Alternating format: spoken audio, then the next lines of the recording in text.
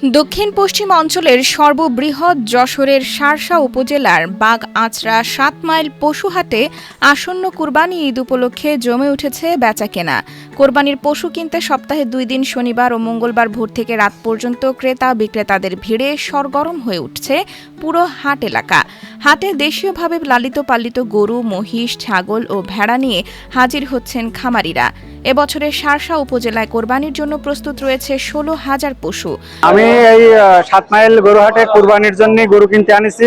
আর অবস্থা মোটামুটি ভালো, কোনো ঝামেলা ঝঞ্ঝাট নাই, মানুষ নির্বিঘ্নে এই হাটে গরু কেনা বেচা করছে। প্রচুর গরু উঠেছে। আমাদের এই দক্ষিণবঙ্গের একটা ঐতিহ্যবাহী বড় হাট। কোরবানির ঈদ যত ঘনিয়ে আসছে ততই পশুর হাটে বাড়ছে ক্রেতা বিক্রেতার ভিড়। তবে দক্ষিণাঞ্চলের অন্যতম বৃহৎ ৭ মাইল পশুর হাটে বড় আকারের গরু থেকে শুরু করে মাঝারি ও ছোট আকারের পশুর রয়েছে ব্যাপক চাহিদা। আমার গরুটা ২৬ মণ ওজন আছে ভাই, দাম চাচ্ছিলাম ১১.৫ লাখ, এখন ৬.৫ লাখ ৭ লাখ পর্যন্ত দাম হয়েছে। এখন হাটে তো তেমন পার্টি টাটি নেই, পার্টি আসলে আমি বিক্রি করবো গরুটা। দেশের বিভিন্ন অঞ্চল থেকে পাইকাররা এসে ট্রাক ভর্তি গরু নিয়ে যান।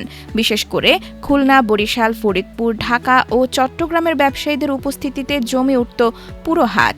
ক্রেতারা নিজেদের সামর্থ্য অনুযায়ী দরদাম করে পছন্দের পশু কিনছেন। ভাই আমি বরিশাল থেকে আসছি, মোটামুটি ৭ মাইল পশু হাট অনেক ভালো, সস্তা দামে গরু পাওয়া যায়।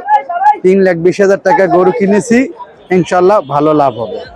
খামারিরা জানান, এবছর পশু খাদ্যের দাম বেশি হওয়ায় পশু লালন পালনের খরচও বেড়েছে। তাই গত বছরের তুলনায় পশুর দাম কিছুটা বেশি হলেও ক্রেতাদের আগ্রহ কমেনি।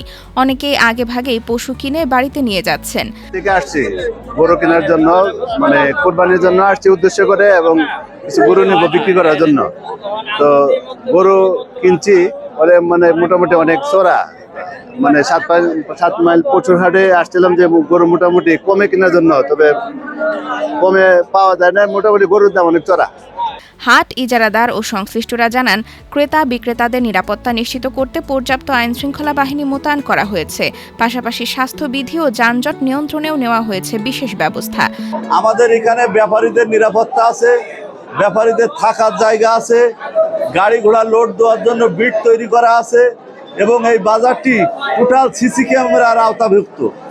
আমাদের এখানে মোটামুটি নিরাপত্তা দেওয়ার জন্য আমাদের হাট কর্তৃপক্ষ থেকে আমাদের স্বেচ্ছাসেবক নিয়োগ করা আছে। কোরবানির ঈদকে সামনে রেখে বাগআঁচড়া ৭ মাইল পশুর হাট এখন প্রাণ চাঞ্চল্যে ভরপুর। আগামী কয়েকদিনে কেনাবেচা আরও বাড়বে বলে সংশ্লিষ্টদের আশা।